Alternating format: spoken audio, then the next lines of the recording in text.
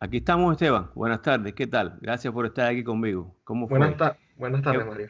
qué dice Venezuela? ¿Qué te motiva? Yo he visto en tu Twitter que tienes una motivación grande por tu país, que es muy bueno. Tienes unos sentimientos patrióticos muy buenos también. Y yo quiero que tú te expreses, que tú me digas qué tiene ese Esteban dentro que quiere decir por tantas cosas que han pasado y seguirán pasando en su país. Adelante. Bueno, fíjate, Mario, que yo pienso que uno de los errores que cometemos, pues la mayoría de los venezolanos, es que precisamente, tanto en el pasado como ahora, en el pasado le dejamos la política a los políticos, ¿no? Y eso fue de una u otra manera lo que nos trajo a esta situación actual que estamos viviendo en Venezuela. Y en el presente, los venezolanos que se van del país, de una u otra manera también se olvidan de Venezuela. Y bueno, eso prácticamente le permite al régimen seguir agarrando fuerza, no solamente en ese país, porque bueno, sí hay que entender que Venezuela tiene sus fronteras, tiene sus leyes, tiene sus propios mandatarios, pero también hay que entender que ellos están trabajando en un modelo bastante globalizado, por decirlo así.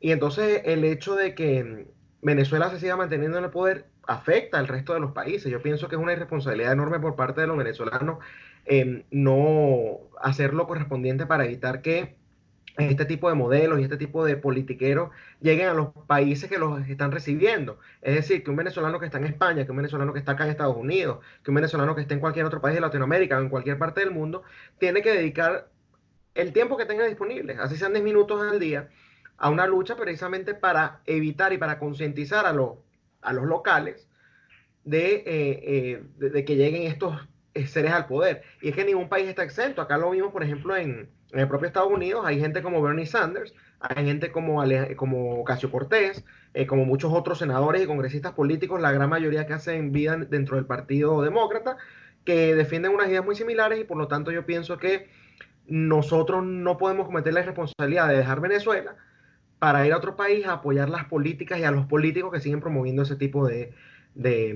soluciones, entre comillas, así que se le puede llamar así. Yo pienso que la motivación parte precisamente de un rechazo enorme que le tengo al socialismo y que quiero evitar a toda costa que eso se siga esparciendo y en cualquier parte que me encuentre voy a luchar no solamente para recuperar a Venezuela, sino para evitar el avance del socialismo en los demás países que pueda evitarlo. El socialismo, como lo veo yo, es como una utopía que daña a las sociedades donde cae. No ha existido un país ni existirá nunca un país que triunfe económicamente o políticamente o socialmente bajo este sistema que no produce nada más que separación, que no produce nada más que desigualdad entre los mismos personas en el mismo gobierno de Venezuela, en este caso que estamos hablando particularmente, o de otros países socialistas del área como Cuba y países que se han acercado a ese tipo de ideología que realmente lo que hace es fortalecer en el poder al régimen militar. Porque estas cosas dejan de ser democráticas en el momento en que se imponen y Exacto. se convierte en un régimen militar, porque son los militares los que están en el poder. El hecho de que todavía Maduro, en este caso, esté en el poder en Venezuela, está 100% ligado con el control que tiene y la cercanía que tiene al poder militar. Independientemente de que puedan existir personas que estén en desacuerdo dentro de ese mecanismo militar existente en Venezuela, el sistema los controla tanto internamente que les es imposible a ellos salir. El riesgo, lo que perderían sería muy grande, lo que ponen en riesgo sería mucho, porque no he visto un sistema en el mundo entero que para controlar llegue a los extremos que llega precisamente el sistema socialista. Y fíjate algo, Mario, que es y esto yo pienso que es algo que tenemos que aclarar y que decir en cualquier plataforma que tengamos la oportunidad, yo lo voy a aprovechar ahorita, que hay un tema de ciertas personas que dicen oponerse, por ejemplo, a los caudillos. En el caso de Cuba se oponían a los Castro o a Díaz-Canel en el presente. En el caso de Nicaragua dicen oponerse a Daniel Ortega. En el caso de Venezuela dicen oponerse a Maduro, decían oponerse a Hugo Chávez, pero tratan de lavarle la cara al modelo, diciéndote que esto no es verdadero socialismo, esto no es lo que está escrito en sus postulados, esta no es la manera de aplicarlo, la manera de aplicarlo, entonces te empiezan a dar ejemplos, son Dinamarca, son Noruega, Suecia, Finlandia y cualquier otra cantidad de países europeos, sobre todo, son los que ellos toman como ejemplo. Sin embargo, bueno, ese es un mito que también hay que desmontar. El socialismo en estos países, en Nicaragua, en Venezuela, en Cuba, en Corea del Norte, en la China de Mao, que bueno, también se puede decir que ha crecido un poco en la China actual, se ha aplicado a la perfección y eso hay que dejarlo bien claro. De hecho, basta con leerse un libro, es más, ni siquiera el librito completo te tienes que leer, que es un libro bastante corto, te lo puedes leer en 15 minutos, en media hora, que me refiero por supuesto al manifiesto comunista de Carlos Marx y Friedrich Engels, que la primera parte de ese proyecto la definió como socialismo. Y esa parte, esa primera fase, socialismo, la dividió en 10 puntos. Si tú revisas esos 10 puntos se han aplicado en todos esos países, en su gran mayoría, o todos, solo que algunos en mayor o menor escala, es decir, con mayor radicalismo o con quizás un poco más de moderación, pero en su gran mayoría han sido aplicados, por lo que los modelos latinoamericanos, como el de Venezuela y el de Cuba, son modelos socialistas exitosos. La gente dice que es un modelo fracasado. No, el modelo en sí es fracasado, pero la manera en la que lo aplicaron fue una manera muy exitosa.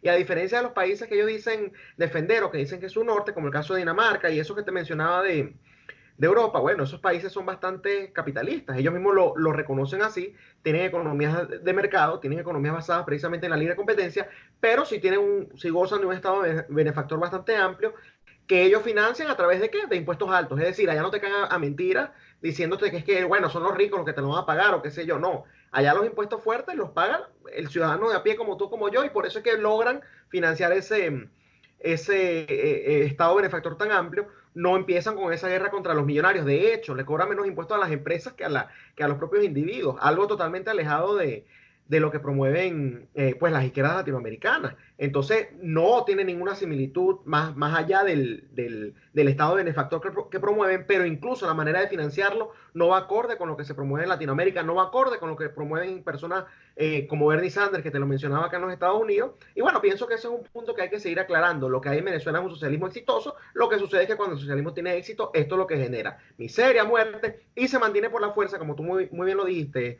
Mario, por algo muy sencillo. Va en contra de la naturaleza humana. A nadie, absolutamente a ningún ser humano le gusta que a uno le quiten lo que uno se ganó.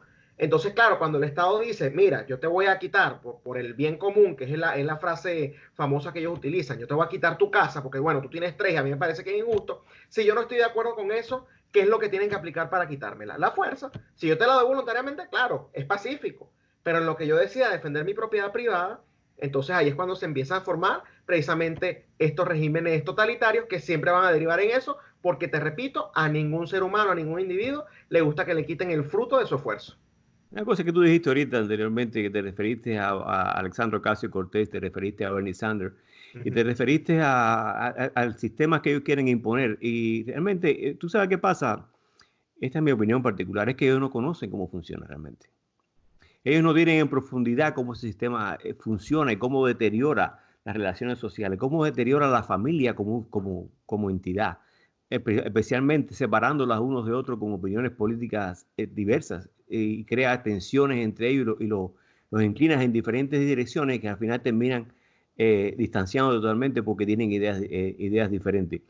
También hay una cosa muy importante cuando el señor Bernie Sanders dijo que Cuba, por ejemplo, tenía un programa muy exitoso que fue la alfabetización.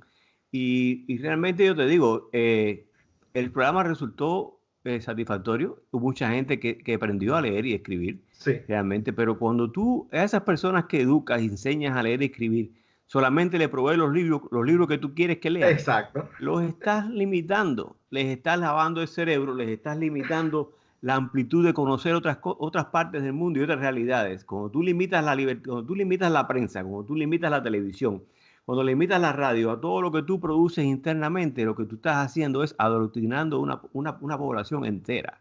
Y es Y que, ya los Mario, estás convirtiendo. sí, algo que hay que entender es que ellos utilizan los mecanismos, el comunismo y el socialismo y la izquierda también se moderniza. Y precisamente ahorita pueden utilizar la alfabetización, pueden enseñar a las personas a leer para que aprendan a leer su propaganda. Pueden darle acceso a Internet restringido para que a través del Internet vean su propaganda. Pueden darle una radio o una televisión para que en la radio o en la televisión escuchen lo que ellos quieren que escuchen. Eso es mucho más efectivo que incluso tenerlos en aislamiento, porque el meterles todos los días, cada minuto, cada hora, las bondades que ellos supuestamente venden, ¿no? Decirte, hablar de los logros de la famosa Revolución Cubana, de que tienen los mejores médicos, de X, Y o Z, toda la propaganda que ellos quieren, a la que le quieren dar publicidad, bueno, precisamente es mucho más eficiente hacerlo con los medios modernos que hacerlo a través de un periódico escrito. Además, imagínate tú, hacerlo a través de un periódico que la ciudadanía no pueda leer, que la ciudadanía no pueda leer, mira, ve, el gran Fidel Castro hizo tal cosa. Entonces, eso a ellos les conviene. Ellos utilizan todos esos mecanismos precisamente para su beneficio. El tema de la alfabetización, ok, podrá haber sido muy exitoso, pero como tú muy bien lo dijiste, ¿para qué lo utilizaron? Fue para beneficiarse ellos mismos, fue para envenenar, para adoctrinar a los cubanos. Y bueno, ya las generaciones que, fíjate algo, ya tienen 60 años en el poder. Entonces ya las personas que nacieron hace 30, hace 20, hace 10 años, o que están naciendo ahorita, no van a conocer ninguna otra realidad que la que están viendo en los medios, y les conviene que esa gente que precisamente tenga acceso a una televisión, a una radio, y que sepa leer, porque así pueden difundir sus ideas de una manera mucho más eficiente. Yo siempre he tenido la pregunta, Ira, incluso cuando vivía en Cuba la dije, la pregunté varias veces. Yo siempre he partido de este principio: si lo que tú me estás vendiendo está bueno, ¿por qué tú no me dejas ver las otras partes? A ver si puedo comparar y decir qué producto realmente es bueno. ¿Por qué me limitas a acceder a conocer otras partes del mundo para yo poder comparar y decir, espérate, tal vez no sea tan bueno lo que me estás vendiendo, tal vez me estás Exacto. engañando muchos años? Esa pregunta nunca tuvo una respuesta. Todas las personas con las que hablé y pregunté eso, eh, siempre me decían algo distinto, pero al final no tenían respuesta para eso, porque no hay justificación para tú limitarme a mí el acceso a mi conocimiento. No hay limitación, no puede existir una sociedad donde tú limitas al ser humano a aprender lo que tú quieres que yo aprenda. Y Solo fíjate y algo, exclusivamente eso. y fíjate algo, que y es algo similar a lo que tú dices, pero yo lo dije con mis propias palabras. Yo dije, yo voy a creer en el socialismo o en el comunismo el día que yo vea americanos, refiriéndome a la gente de Estados Unidos, yendo y arriesgando sus vidas hacia Cuba en balsa, a que lo vea de la otra manera. O sea, mientras yo siga viendo cubanos arriesgando la vida para llegar a Estados Unidos, yo voy a seguir creyendo que este sistema es mucho mejor. El día que yo vea lo contrario, entonces ahí sí diré, bueno, quizás soy yo que estoy equivocado, pero hasta ahora la realidad yo pienso que nos ha dado o les ha dado a ellos un golpe bastante duro en la cara. Yo veo gente saliendo de Corea del Norte a Corea del Sur. Veo gente saliendo de Cuba hacia Estados Unidos. Veo gente saliendo para no irme ni siquiera a países tan desarrollados, de Venezuela hacia Colombia, hacia Perú, hacia Argentina, hacia Chile. Chile es un destino que es bastante llamativo ahorita para los venezolanos. Es la economía más libre de la región, y bueno, con todo y que ya ha tenido muchas fallas y ha sido bastante debilitada, sigue siendo hasta el presente el país modelo de la región. Entonces, bueno, y pasó en la misma Alemania, cuando era la gente de la Alemania del este queriendo seguir hacia la Alemania occidental, no era de la otra manera. Pienso que cuando tú tienes esa prueba tan tangible, aquí no haya debate que valga, no hay cifras, no hay cuestiones morales, no hay cuestiones sentimentales, no hay cuestiones teóricas ya que valgan, porque en la práctica evidentemente se está demostrando cuál es el modelo que tiene éxito sobre el otro y quiénes son los mejores jueces. Bueno, precisamente las personas que deciden arriesgar su vida de irse del modelo supuestamente bueno a irse al infierno del capitalismo como ellos nos han querido vender.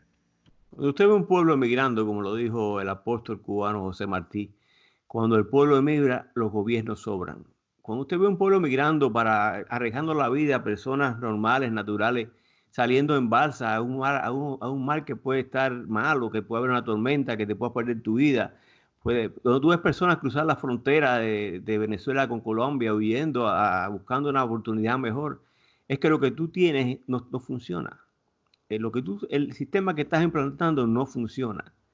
Y desde luego, para esos sistemas, el quedarse solamente con las personas que le son fieles es un objetivo. Lo hizo en el año 80, hubo un gran éxodo cubano que fue el Mariel, y que se aprovechó muy bien por el gobierno cubano, donde todas las personas que querían irse se fueron, que la olla de presión soltó la presión que tenía, usó una válvula y salieron unos 250.000 o 350.000 cubanos hacia Estados Unidos. Y fue una oportunidad que se le dio al gobierno de Fidel Castro, que estaba vivo en esa época, para poder sacar y limpiar las cárceles, limpiar todas las personas, los sanatorios de enfermos mentales, las cárceles con los delincuentes más grandes, y mandárselas a Estados Unidos, porque el principio que siempre ha tenido Cuba, específicamente el líder cubano por tantos años, fue que Estados Unidos era un basurero y había que echar toda la basura allá. Y Bueno, siempre Estados Unidos siempre ha sido el enemigo que nunca nos ha atacado.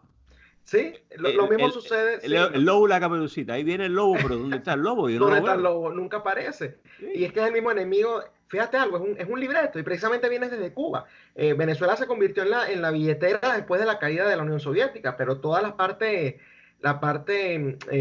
teórica o la parte estratégica, mejor dicho, viene desde Cuba. De ahí se dan las directrices y de ahí se deriva pues a través de organizaciones como el Foro de Sao Paulo.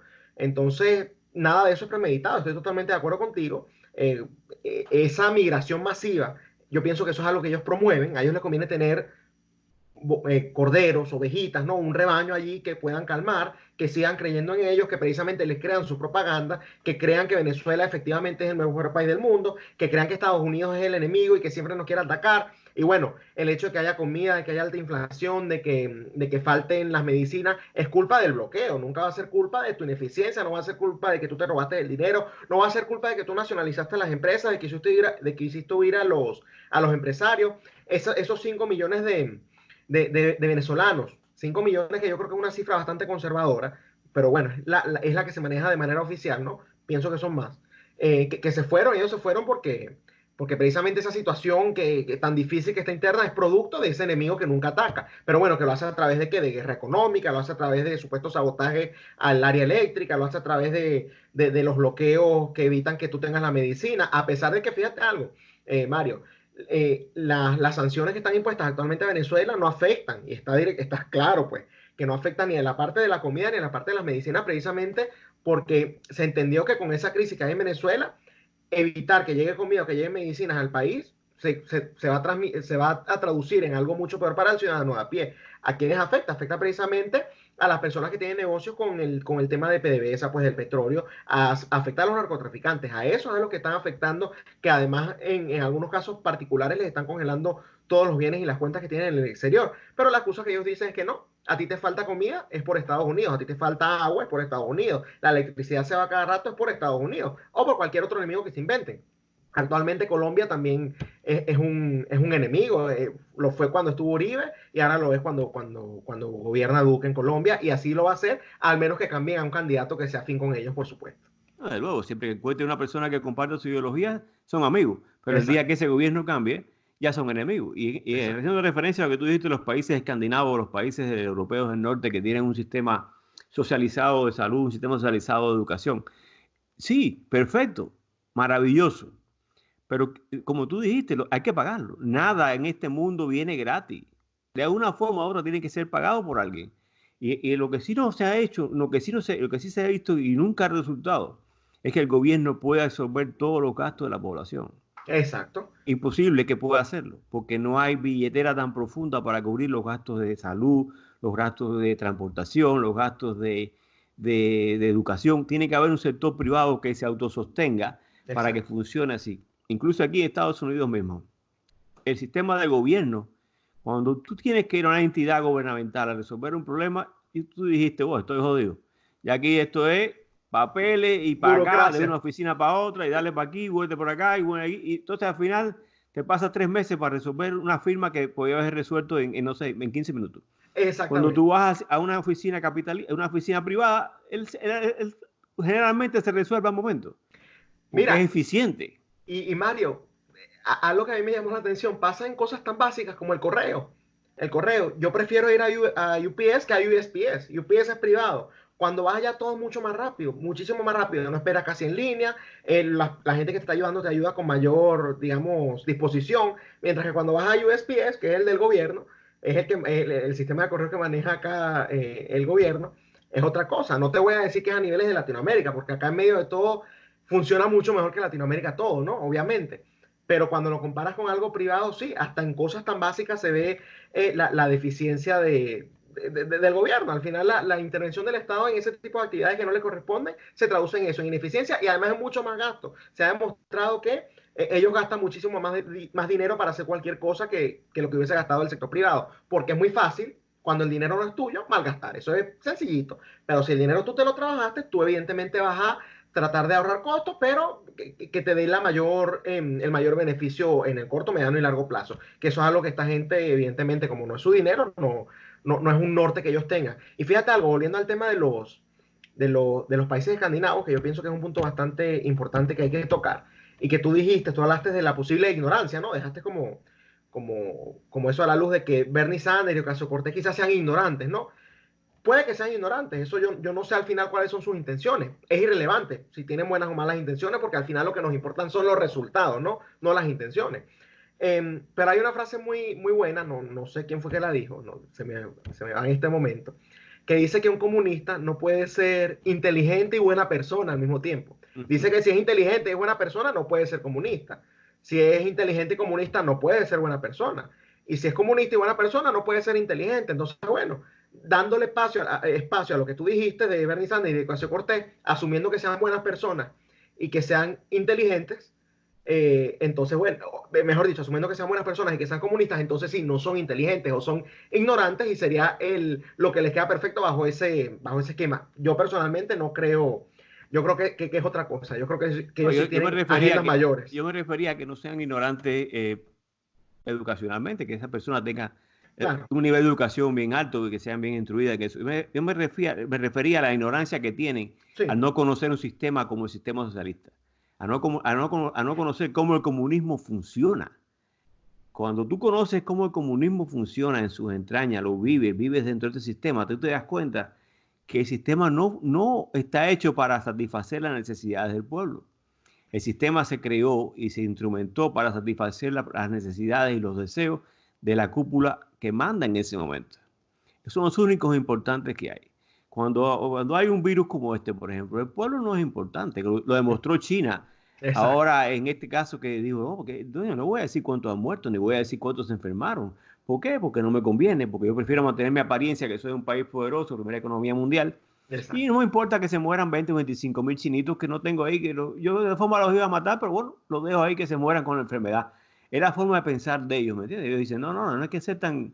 El pueblo no es importante, lo importante es mantener al Partido Comunista y las instituciones comunistas arriba, diciendo que estamos haciendo todo lo posible. Incluso yo creo que hoy, yo estoy seguro que hoy, actualmente, están mintiendo sobre los casos que tienen, Sí, están mintiendo sobre las necesidades, sin embargo, sobre la necesidad que tiene el pueblo chino en este momento.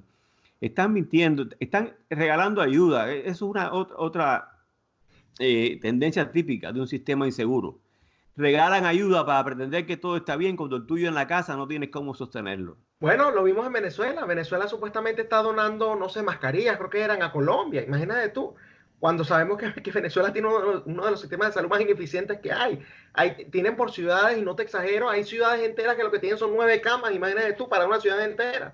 Entonces, cuando tú tienes ese tipo de realidades, que son realidades, tú no puedes andar dándote el lujo de donarle a otra persona. Cuando en tu casa falta luz, no vas a poner un poste en la calle que alumbra toda la calle, si tú necesitas luz en tu casa, ¿no? Desde Pero luego. ellos necesitan mostrar, como tú lo dijiste muy bien, mostrar esa fuerza. Ese de no, nosotros no tenemos, nosotros estamos bien, estamos mejor que Estados Unidos, por ejemplo.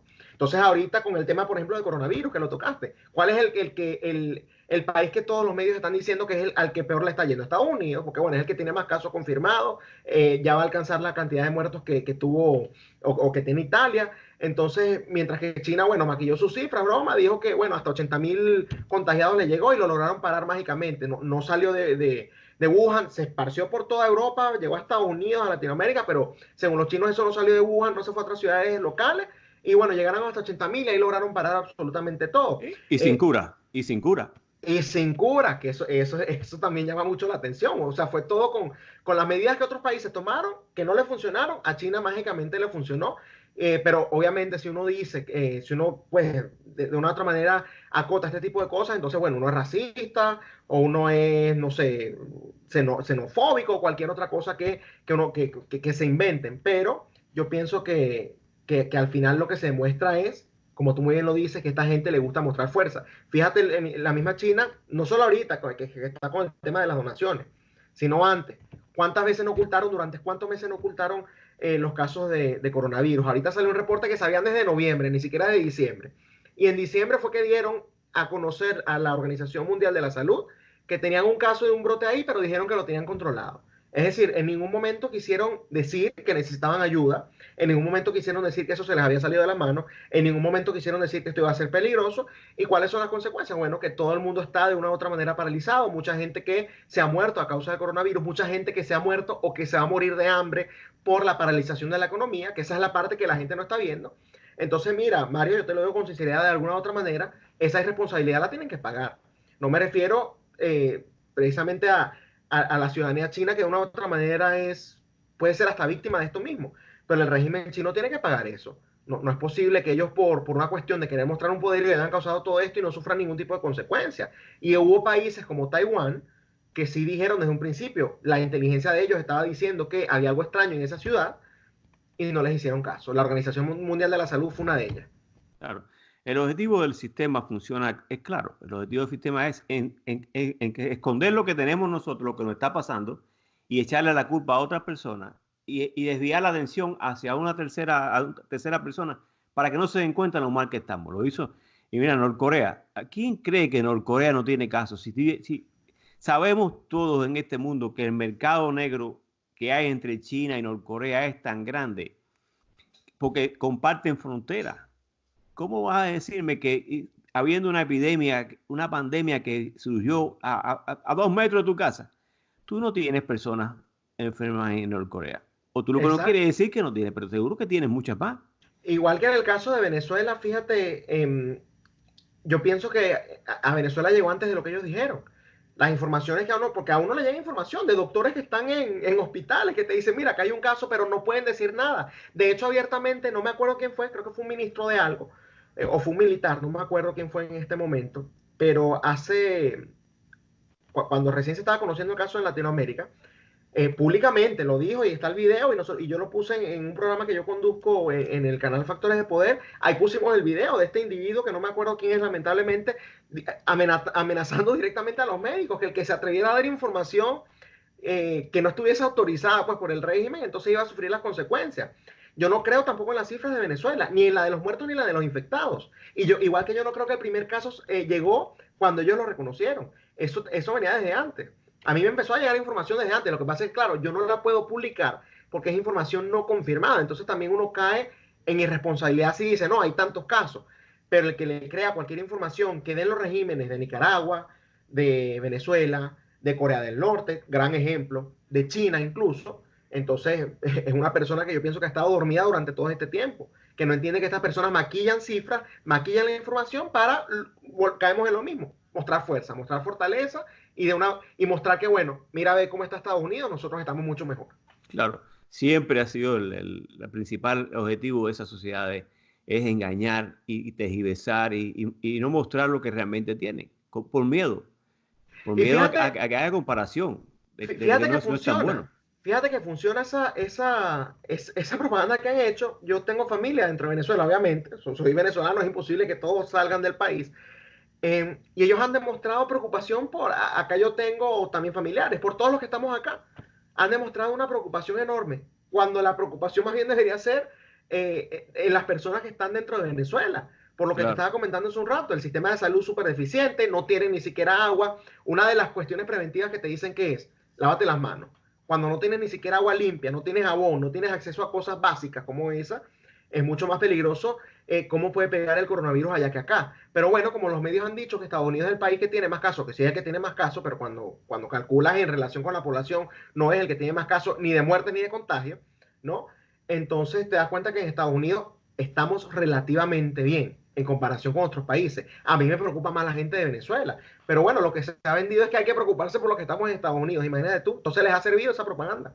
no, desde luego, y siempre, es que eso no nació ahí, eso nació en Europa del Este, en los países Exacto. comunistas, ese Uh -huh. sistema de desinformación, de confusión y de tergiversación, los maestros en eso fueron los rusos, fueron los que crearon ese sistema. Incluso el presidente ruso actualmente es lo que aplica para desestabilizar países. Él se basa en desinformación, por eso crea esas campañas en Internet, crea esas campañas en todas las páginas que pueda acceder en diferentes países y crear esos como opiniones, tendencias y opiniones diferentes en cada país que se meten. Incluso lo hicieron en las elecciones pasadas y lo seguirán haciendo porque esa es la base de ellos, de tergiversar y desestabilizar un país. Lo hacen con desinformación, siempre ha sido y será su principio fundamental, cómo funciona el sistema, porque saben que lo que venden no es bueno. Exacto. Y es tan Saben que lo que tienen importante, no tienen razón para decir que es bueno. si no tienen ninguna cifra, no tienen absolutamente nada que les apoye a ellos el modelo, más que eso, la desinformación. Y es tan importante ese tema de la desinformación que lo quiero tocar. Sobre todo con las personas que están viviendo en carne propia, ¿no? Y que son víctimas de esos sistemas. hay que también tener un poco de responsabilidad a la hora de compartir informaciones, porque yo me he dado cuenta que mucha gente le encanta distribuir información que no está confirmada, que es vieja, que es de medios que nadie conoce, o sea, que no tiene ningún tipo de credibilidad, o de supuestos periodistas o comunicadores que también nadie conoce o que no tienen credibilidad. Pero bueno, se riega la información falsa, para regarse es muy fácil. Y después la rectificación, si es que se llega a rectificar, no alcanza tanto como la falsa información. Hay que tener mucho cuidado a la hora de andar compartiendo ese tipo de, pues de noticias o de datos o de informaciones, porque eso es lo que estos regímenes buscan, precisamente la desinformación. Entonces, fíjate algo, te voy a poner un ejemplo, volviendo al caso de Venezuela. Imagínate tú que yo compartiera un artículo o una noticia que diga, no, que Estados Unidos va a invadir Venezuela, y es del año 2019, y eso rodó.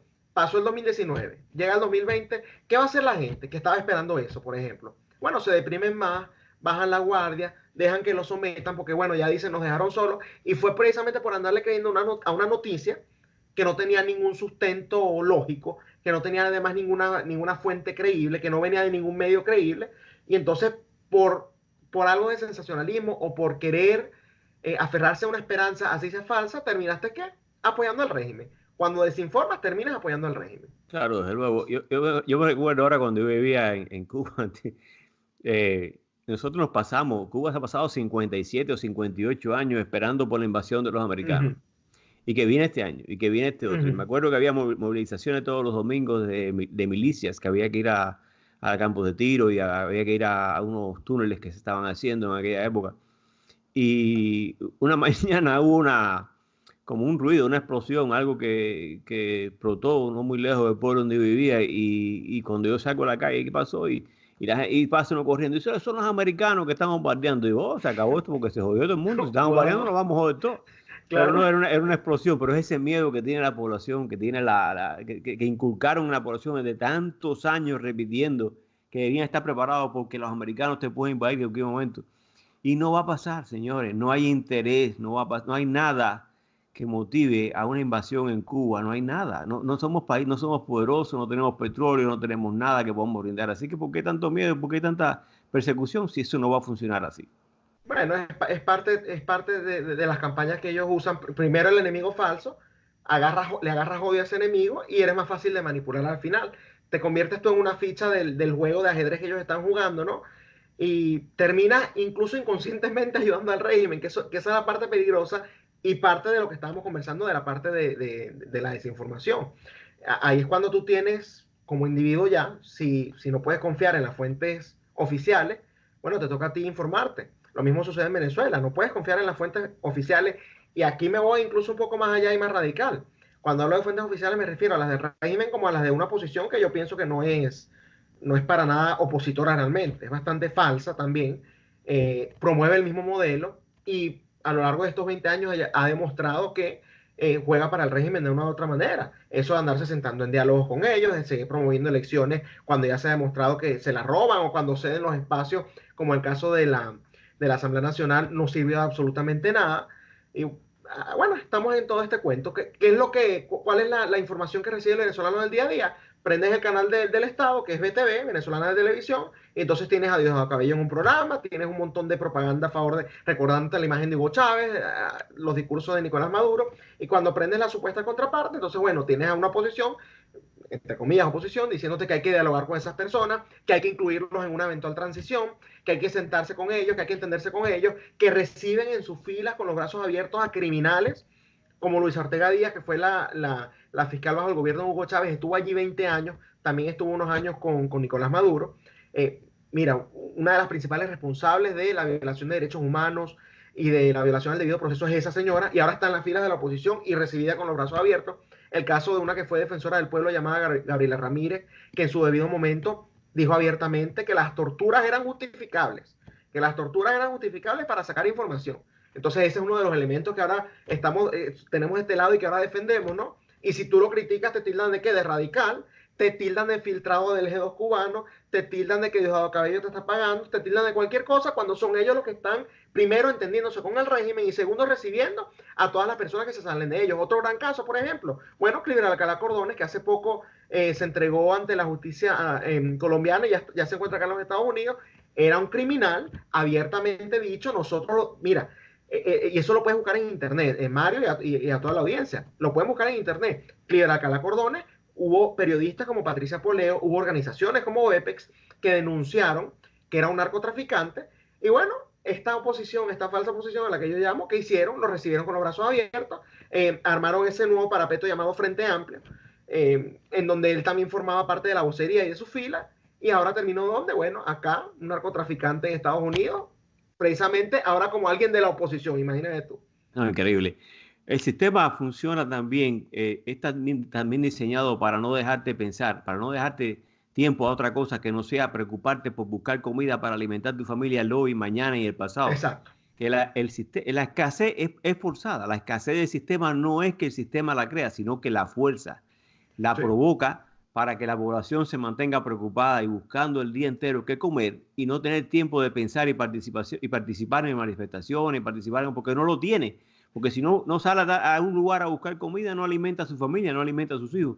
Está tan ocupado en esos menesteres que no tiene tiempo para la política, no tiene tiempo para manifestarse, no tiene tiempo para nada. Y eso es otra de las características que tiene el sistema y que funciona maravillosamente bien. Y no solo la escasez es un punto, porque sí, evidentemente la escasez, como alguien con el estómago vacío o que no tiene dinero en el bolsillo y tiene una familia que mantener, le va a dedicar una hora a una protesta, por ejemplo, ¿no? Le dedica esa hora a buscar el dinero para comprar algo y después le dedica otras 3 horas a la línea que tiene que hacer, a la fila para poder comprar ese producto, porque precisamente está escaseando, tiene que hacer una línea, ¿no? No es que va al mercado y lo consigue de inmediato, pero hay otros temas como el tema de la inseguridad, por ejemplo. La inseguridad en Venezuela, ahorita quizás no tanto porque ya hay menos gente, pero en su debido momento la inseguridad funcionaba como un toque de queda perfecto. Nadie después de las 6 o de las 7 o de las 8 de la noche estaba en las calles. Esa era una regla que uno mismo se impuso, porque ya representaba un peligro. El miedo. Es el miedo, precisamente, y es un mecanismo de control de una u otra manera voluntario.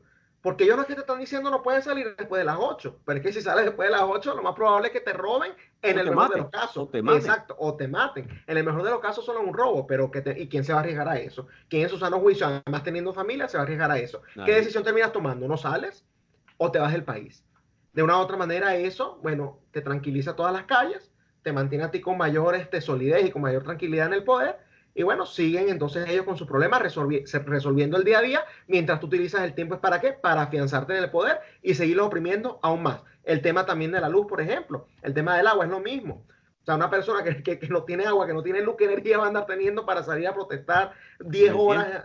No tiene tiempo. Eso agota, eso agota. Te lo digo yo, fíjate, yo salí de Venezuela en el año 2011, finales del 2011, y en donde yo vivía, que es la isla de Margarita, los racionamientos de luz empezaron en el año 2010. La gente no habla de eso porque hay muchas personas que dicen que la crisis empezó fue con Nicolás Maduro, que Chávez no tuvo nada que ver, o que fue debido a la caída de los precios del petróleo nada más, cuando esto es algo que es política de Estado. Y el tema de la luz, yo lo vi en carne propia, nadie me lo puede decir. Desde el año 2010, te estoy hablando de hace 10 años. Y eran racionamientos de 4 horas, los que estaban programados, te los hacían por 4 horas, y bueno, los que a ellos les daba la gana. Ellos te decían, no, te cortamos la luz de 6 a 10, pero resulta que al mediodía también te la podían cortar. Resulta que te la podían cortar a las 2 de la tarde, o te la dejaban en vez de 6 a 10, de 6 a 12. Era lo que a ellos les diera la gana. Y lo mismo con el tema del racionamiento, de la escasez, como lo estábamos comentando. Eso en mi isla empezó en ese año precisamente. Es decir, empezó con Hugo Chávez. No se le puede lavar la cara también al principal responsable de esto, que es lo que mucha gente ahora también ha querido hacer. De hecho, volviéndote al tema entonces de la falsa posición que yo te digo, el señor Juan Guaidó, que es el presidente que reconoce alrededor de 60 países de la comunidad internacional, entre ellos Estados Unidos, dijo el año pasado, con algo que hizo Nicolás Maduro, con el tema de la ayuda humanitaria, fue el 23 de febrero del año pasado, que Maduro no dejó pasar la ayuda humanitaria. Bueno, Juan Guaidó dijo que Chávez no hubiese aceptado eso. O sea, reivindicando la figura de Hugo Chávez. Y entonces preguntándose además, ¿qué diría la hija, María Gabriela, que estuvo por Nueva York, ya no sé ahorita dónde está, pero diciendo, bueno, ¿qué diría la hija de Chávez de esto? ¿Estará ella de acuerdo? Por supuesto nunca dijo nada, pero claro que estaría de acuerdo con eso. Porque al final el legado de Hugo Chávez se llama Nicolás Maduro. Y él lo que está haciendo es la continuidad de todas las políticas que él aplicó. No se le puede lavar la cara ni al sistema, que es el socialismo, ni al caudillo que fue Hugo Chávez. No, no porque ahora cambiaron a Nicolás Maduro, entonces la cosa es distinta. No, esto viene de Hugo Chávez. Y si hubiese estado Hugo Chávez vivo, estuviésemos en la misma situación actualmente o incluso peor, porque hay algo que sí le reconozco, que es que él tenía más liderazgo y más carisma, tanto internamente como a nivel regional. Tal vez lo que pasó en Venezuela es lo que ha pasado en muchos países donde se ha tomado el socialismo como ideología.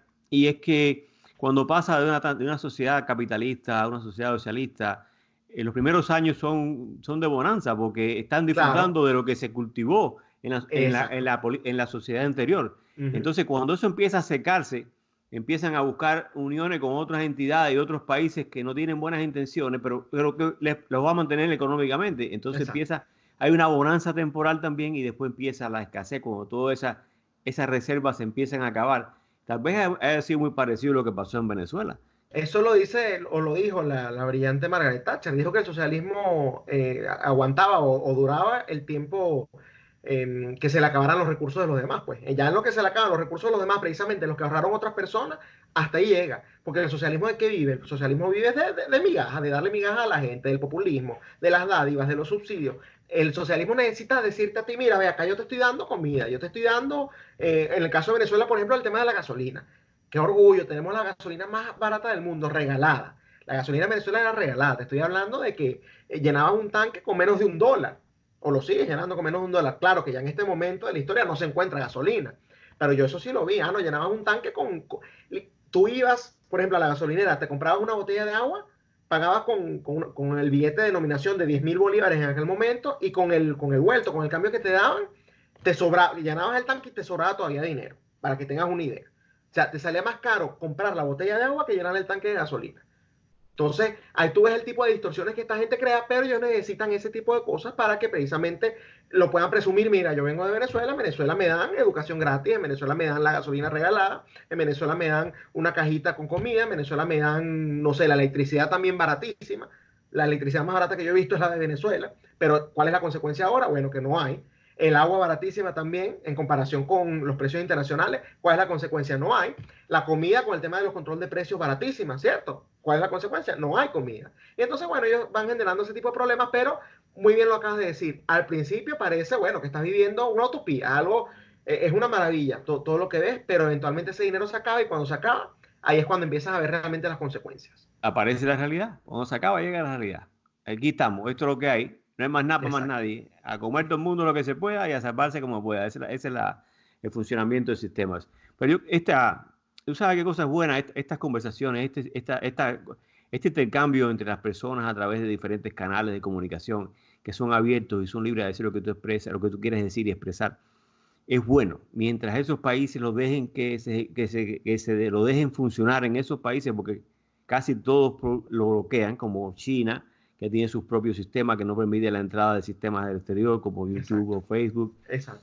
como Norcorea, que no tiene ni los de Corea ni los de afuera, tampoco les interesa, y muchos otros países que bloquean todos estos accesos porque le tienen miedo a lo que las personas pueden decir, a la libertad de expresión, y a la libertad de tu pensamiento, de ser libre y decir lo que tú crees que tú crees que es correcto, que tal vez difiera con otras personas, pero que hay que aceptarlo porque en un foro de personas tiene que existir la posibilidad de conversar y tú puedes decir, mira, yo también, yo creo que tal vez tú tengas un error, yo pienso diferente, pero que que eso no traiga como consecuencia una guerra, una desunión, que se vuelvan enemigos. No hay necesidad de eso.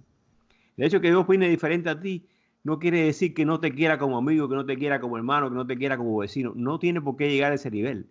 Diferimos en diferentes tendencias políticas, diferimos en diferentes tendencias sociales, pero somos hermanos, somos familia, Exacto. somos vecinos y nos queremos igual. Sí, ¿no? Y las opiniones evidentemente se respetan. El gran problema es cuando tú quieres imponer o eliminar la opinión del otro. Allí es ya cuando se generan precisamente ese tipo de divisiones que bajo ningún argumento podemos aceptar. Nosotros tenemos derecho a expresarnos libremente y cuando vea cualquier persona tratar de quitarnos ese derecho, bueno, tenemos que poner un freno y tenemos que pararnos firmes y defender ese derecho a la libertad de expresión. Que estos regímenes nos han arrebatado, yo pienso que, bueno, hay que aprovechar las bondades que nos dan países como Estados Unidos para tener este tipo de conversaciones como muy bien lo estás diciendo, Mario. No solamente para hablar de, pues específicamente de Latinoamérica, podemos hablar de otros países, podemos hablar precisamente de los modelos que no funcionan, podemos hablar de, porque fíjate algo, esa gente que defiende esos modelos, Yo no los he visto nunca yéndose a vivir a Cuba, a Corea del Norte. Les gusta de una u otra manera disfrutar de las libertades que nos dan estos países. Entonces, ¿por qué tú me quieres venir a imponer eso a mí cuando yo tengo otra visión a la tuya? Y además nosotros, y lo digo porque tú eres cubano y yo venezolano, lo vimos en carne propia. Estoy muy seguro que no queremos repetir eso bajo ninguna circunstancia y que vamos a dar lo que sea que tengamos a nuestro alcance para evitar que estos diálogos tan buenos y tan libres que podamos tener no nos los quiten, porque bastante bueno que es tener este tipo de intercambios. Tiene que existir el debate, tiene que existir el debate, tiene que existir la conversación, tiene que existir el concurso de personas en un núcleo donde haya entendimiento, haya cooperación y se busca un resultado final que es mejorar la vida de las personas de tu sociedad, a las personas de tu país, a las personas más cercanas a ti. Si eso no existe, se pierde el principio de ser libre en el mundo, se pierde el principio de tú poder expresar lo que tú quieres decir, de tú poder salir a la calle y tener una opinión diferente con una persona en la calle sin temor a que te acusen de algo o digan que tú eres de acá o eres de allá, o eres nazista o eres comunista, porque son los dos extremos que están en tendencia ahora, o eres comunista o de otro lado eres de nazista, entonces de nazi. Entonces yo ni soy nazi, ni somos nazistas ni somos comunistas. Tenemos que buscar un consenso en ese medio donde podamos entendernos todos como seres humanos y poder compartir opiniones libremente, sin tener que escondernos. Y promover además la libertad, entender que la propiedad privada es un derecho que todos los seres humanos tenemos y que es inviolable.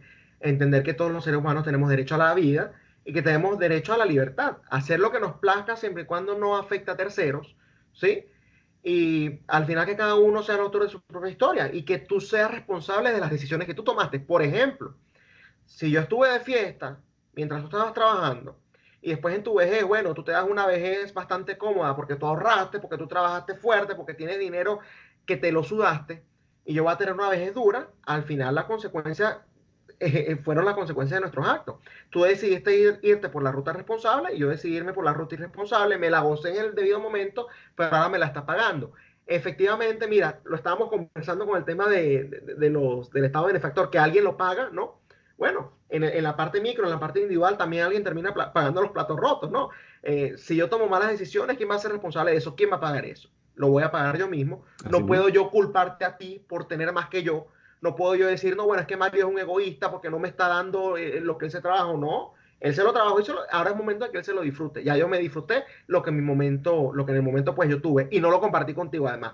Entonces, bueno, partiendo de esos tres derechos, vida, propiedad privada y libertad, que se permita todo siempre y cuando no afecte a terceros.